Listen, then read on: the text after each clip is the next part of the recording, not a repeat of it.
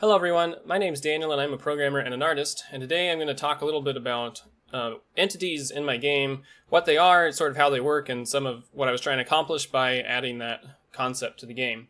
I'm going to have to do this a little bit differently from the last video about the ladders because in that one I sort of remade it from scratch and went through some of the problems. In this case, because literally everything depends on entities, I can't really rebuild it because I'd have to rebuild everything. But what I'm going to try to do is show some snapshots of old versions of code. Probably won't be able to run it, but we can hopefully see how some of the scripts evolved and some of the changes, and talk about why those changes were made and sort of what prompted them.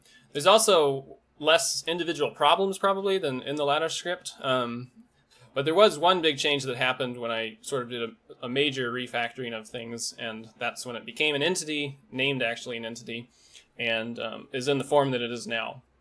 Also, just so we're all on the same page and everyone understands the naming of everything, because it could be confusing otherwise, obviously in Unity there's a concept of components. Everything you add to a game object is a component, and I've created this concept that I've named an entity, and I also have a concept of a system in my game, but those are, the reason I chose the name entity was simply because game object is already sort of reserved by Unity, and object is a C# thing, so you'd have all sorts of conflicts if you tried to name it object, and entity seemed like a good option. But it is not an entity component system model. It's not using ECS. I think that's an interesting technology, but I'm not using it right now. Now, entities in my game, or at least the original sort of seed of an idea that became an entity, was known as a tagged object. And a tagged object was imagined as a base class from which anything that you wanted to interact with in the game could inherit from.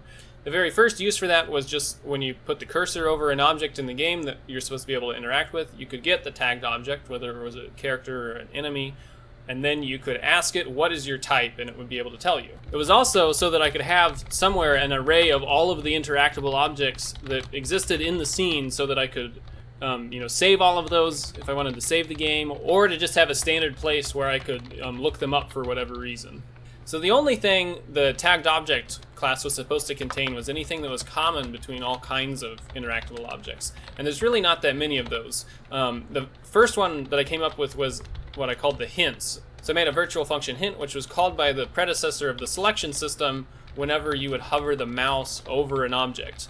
And the purpose of the hint method was to either outline or highlight, or in some other way give a hint that that item could be interacted with when you hovered over it. So I made quite a few different classes that inherited from tagged object. Some of those would have been like enemies and characters, and they all contained unique data and functions for doing things related to what they were. Now, sometime while working on these early enemy and character classes, I realized that everything I added to the enemy I was also adding or had added to the character class. So I was copying code between the two and hardly changing anything about it. So without really thinking it all the way through, I decided that was silly, and I refactored enemy into unit and then made character a type of unit.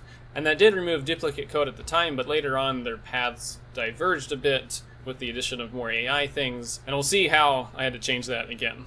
Now, one of the things that got added to the character class was an OnClick method, and it actually got called by the game manager whenever there was a left click somewhere. It would call that on any of the selected characters, and that would allow you to do things like move to where you clicked in the world. Note that this was all before I had anything like the job system in place, so it's like very early way of moving around. So that all seemed pretty useful, but I also wanted the character to be able to do something if you had the character interact with an object in the world. So I adjusted the OnClick method to also take a context argument, which will be the object that's hovered under the mouse cursor if there is one.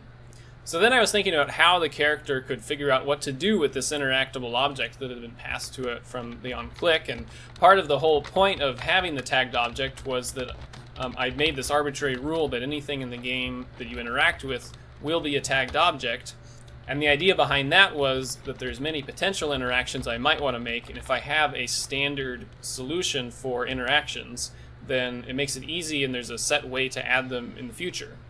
So the logical continuation from there was to give tagged object a virtual method that you could call when you clicked on it to interact with it, that could be overridden by more specific cases. For example, if you wanted to be able to climb up the ladder could override OnClick to say this is how you use this ladder. And of course that latter probably cares about who or what is trying to use or climb it. So we should pass an argument into the onClick of the tagged object that says this is who's trying to use you.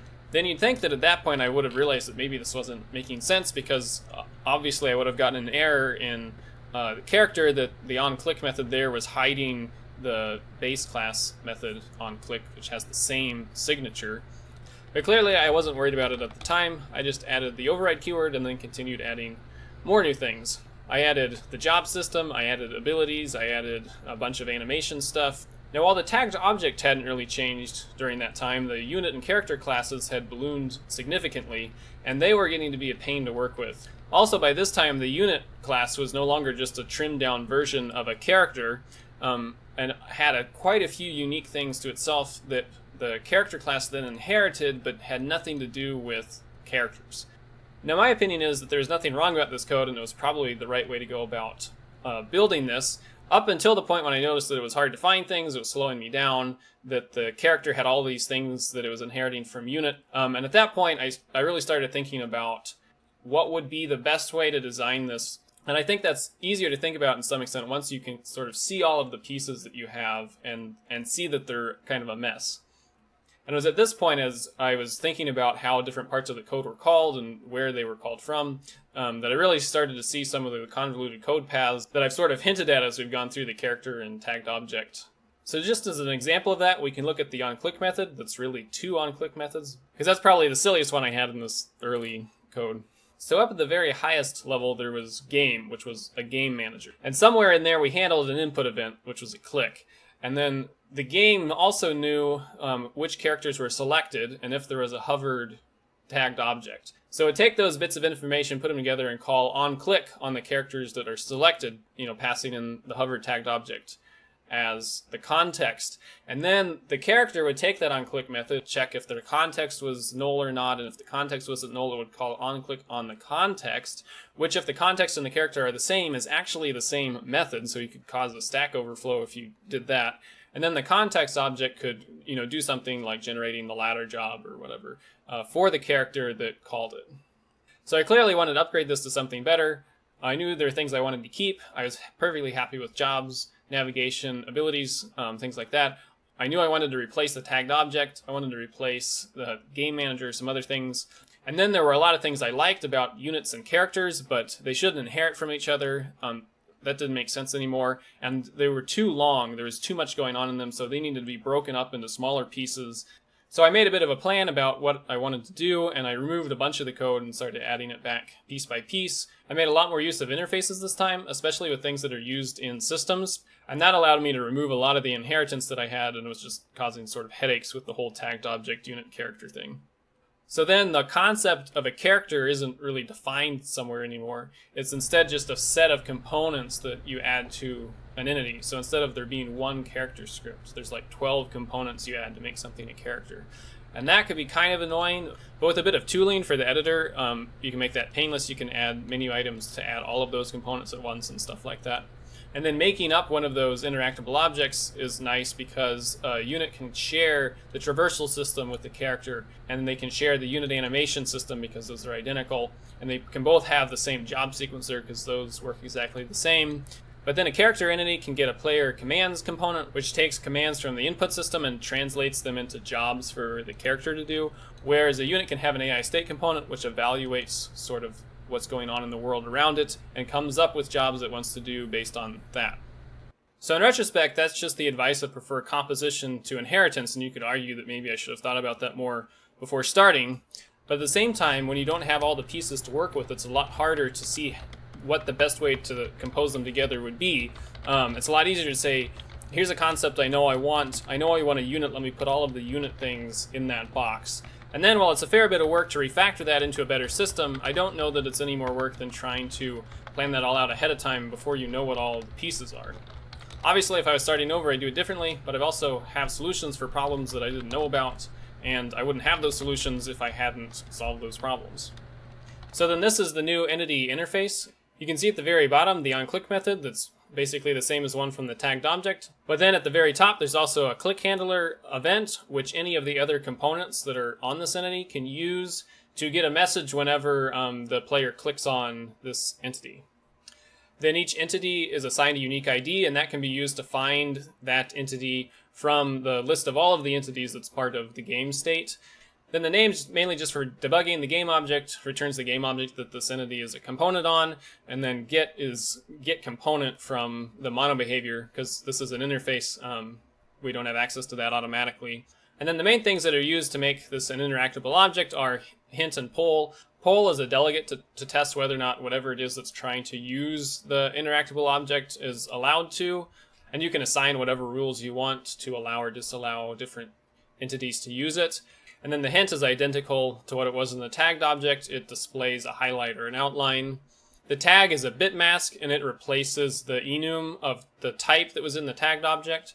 So then an implementation of that interface would have some additional things. It would probably have some renders that it would need to keep track of for changing the shaders for highlighting and stuff. It might need some colors for what color the highlights or outline should be. So then in game, if you add that component, it just has a few things. You can generate the object IDs for every single entity in the scene so that they're all unique. And then in the tag, you can define what kind of object it is. So you could make it a unit that's an NPC. That would be a common one. I also have some other stuff in here, like whether they're dead or blinded, stuff like that. I'm not sure if I want to move that somewhere else or keep it here. But obviously a ladder can't be dead, so maybe it doesn't belong there. I don't know. So then I broke up sort of the different ways that you can select or interact with an object into this selection setting. So you can have it only show a hint, or you can let it be selectable, or you can allow it to be selected with other things as well. There's some different options for that. This is just a drop-down that lets you pick. I have a bunch of predefined colors. So that is essentially the story of how entities came to be in the project, and hopefully explains what they are. I know someone was asking about the entity interface in the comments of the latter video, so hopefully this was interesting and a sufficiently deep overview of what the entity interface does. In the description, I've got a link to my Gumroad page. I've got a few things on there, a couple of things for Unity, a bunch of stuff for Blender, so feel free to check that out if you haven't. Other than that, that's all I have for this one. Thanks for watching.